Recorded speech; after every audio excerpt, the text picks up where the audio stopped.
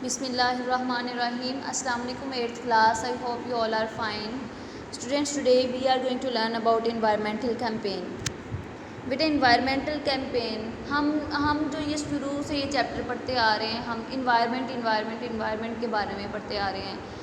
क्या करने से किस तरह से environment में चेंजेस आ रही हैं, क्या क्या चेंजेस आ रही हैं, हमने वो सारा देखा है। क्या कोई पॉजिटिव उसका इफ़ेक्ट है, क्या उसके नेगेटिव इफ़ेक्ट्स हैं, वो हमने देखे हैं। अगर नेगेटिव इफ़ेक्ट्स हैं तो उनको कैसे कंट्रोल किया जा सकता है, हम ये सारा इस चैप्टर के अंदर डिस्कस करते आ रहे हैं।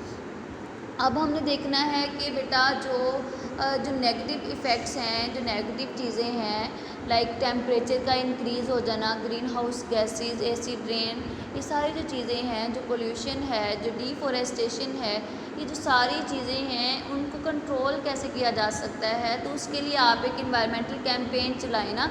उसमें आप क्या करें, लोगों को जो है वो अवेयरनेस दें कि ये चीज़ें बहुत ज़्यादा इम्पॉर्टेंट है। लाइक फॉरेस्ट बहुत ज़्यादा ज़रूरी है, इनको कट ना करें। कट करेंगे तो ऑक्सीजन की डेफिशिएंसी हो जाएगी, ऑक्सीजन नहीं होगी तो एयर पोल्यूटेड हो जाएगी, ऑब्वियसली आप लोगों को सांस लेने में प्रॉब्लम होगी। ठीक है, तो हम तो इनहेल करते हैं ऑक्सीजन। तो इस तरह से क्या है, इन्वायरमेंटल कैंपेन्स चलाई जाती हैं जिसमें लोगों को अवेयरनेस दी जाती है, लोगों को आगाह किया जाता है कि what is wrong and what is right.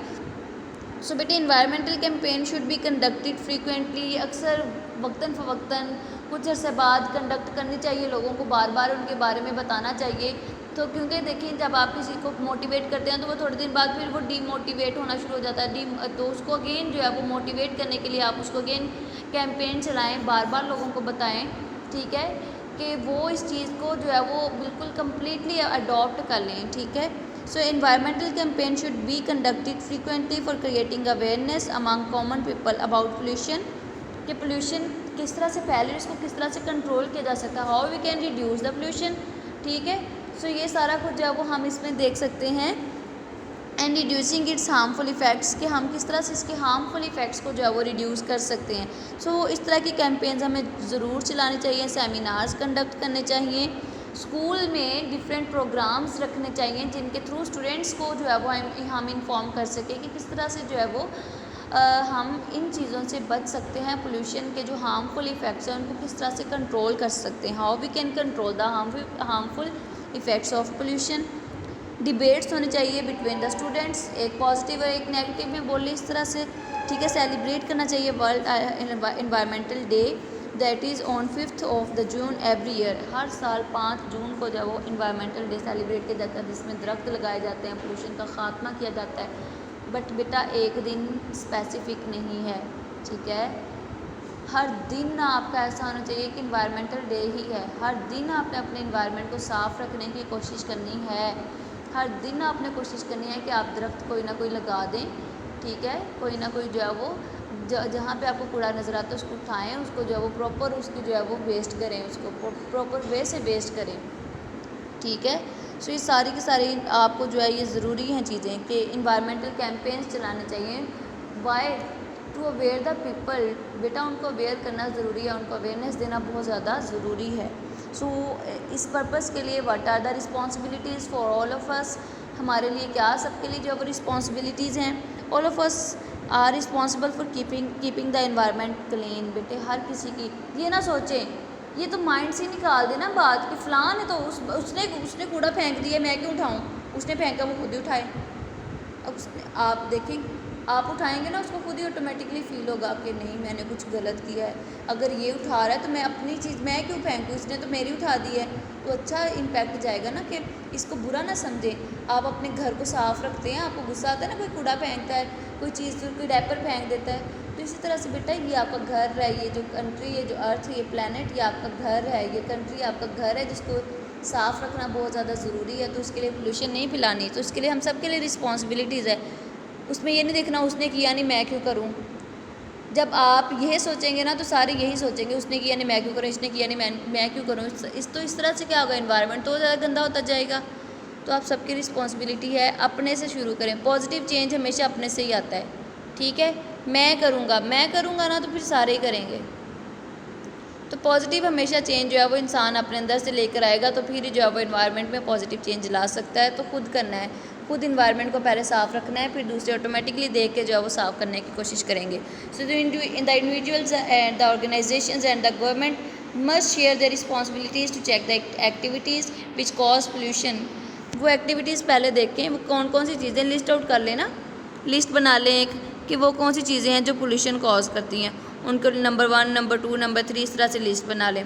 दूसरी साइड पर लिस्ट बना लें वो कौन सी चीज़ें हैं जिनसे हम अपने इन्वायरमेंट को क्लीन कर सकते हैं, उसकी भी लिस्ट बना लें, number 1, number 2, number 3, number 4, number 5 and so on. ठीक है, इस तरह से क्या होगा, वो चीज़ें जिनसे पोल्यूशन फैलती है उनके ऊपर क्रॉस लगाएं कि ये हमने नहीं करनी, और वो चीज़ें जिससे इन्वायरमेंट क्लीन होता है उसके ऊपर टिक लगाएं कि हाँ हमने ये चीज़ें करनी हैं अपने इन्वायरमेंट को सेफ़ रखने के लिए। समझ आ रही है ना मेरी बात की? व्हाट आई वांट टू से ठीक है, तो मैं क्या कहना चाह रही हूँ, तो आपको समझ आ रही है ना? So following are the measures that can be taken to reduce the air pollution.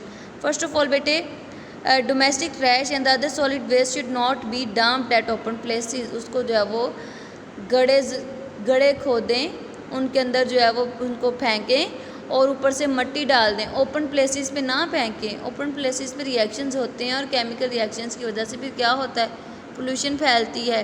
ठीक है, तो जो भी सॉलिड वेस्ट होता है उसको आपने ज़मीन के अंदर दफन करना है, उसको ओपन जगह पे नहीं फेंकना। इंस्टेड ऑफ पर्सनल कार, अभी मैंने एक पहले भी बताया था कि देखिए हर शख्स एक गाड़ी के अंदर बैठा हुआ है, तो उसकी बजाय पब्लिक ट्रांसपोर्ट यूज़ करें ना। एक के अंदर 30-30 लोग, 32-32 लोग या 24-24 लोग बैठ जाते हैं, एक ही गाड़ी उसके अंदर इतने लोग बैठ रहे हैं तो ज़्यादा यूज़फुल है।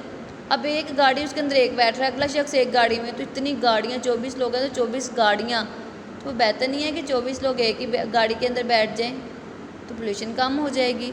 ठीक है, सो पब्लिक ट्रांसपोर्ट यूज़ करें इंस्टेड ऑफ पर्सनल कार, और उससे भी बेहतर है कि साइकिल ही यूज़ करें, जैसे चाइना वाले यूज़ करते हैं ना, कितने अच्छे हैं वो साइकिल यूज़ करते हैं।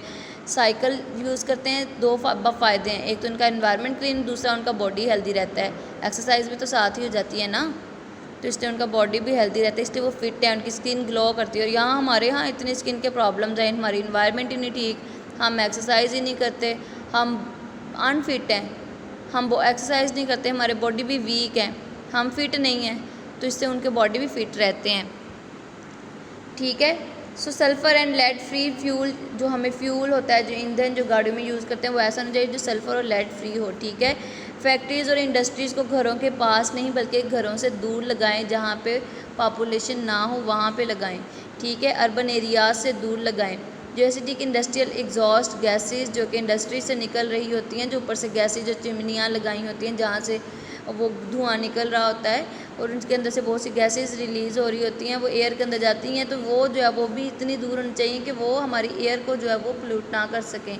ठीक है, एक तो घरों से दूर लगाना चाहिए, इसके अलावा उसके अंदर ऐसी चीज़ें यूज़ करनी चाहिए जो कम जो है वो इस गैसेस रिलीज़ करें। इंजन जो होते हैं वो भी ट्यून्ड, प्रॉपर्ली उनकी ट्यूनिंग हुई हो, अदरवाइज़ फिर क्या होता है, जब वो प्रॉपर्ली ट्यून्ड नहीं होते तो फिर क्या होता है कि वो पोल्यूशन ज़्यादा कॉज करते हैं। जो क्लोरोफ्लोरोकार्बन्स, ये जो प्रोडक्ट्स हैं लाइक रेफ्रिजरेटर, एसीज वगैरह, इनका यूज़ कम से कम करें।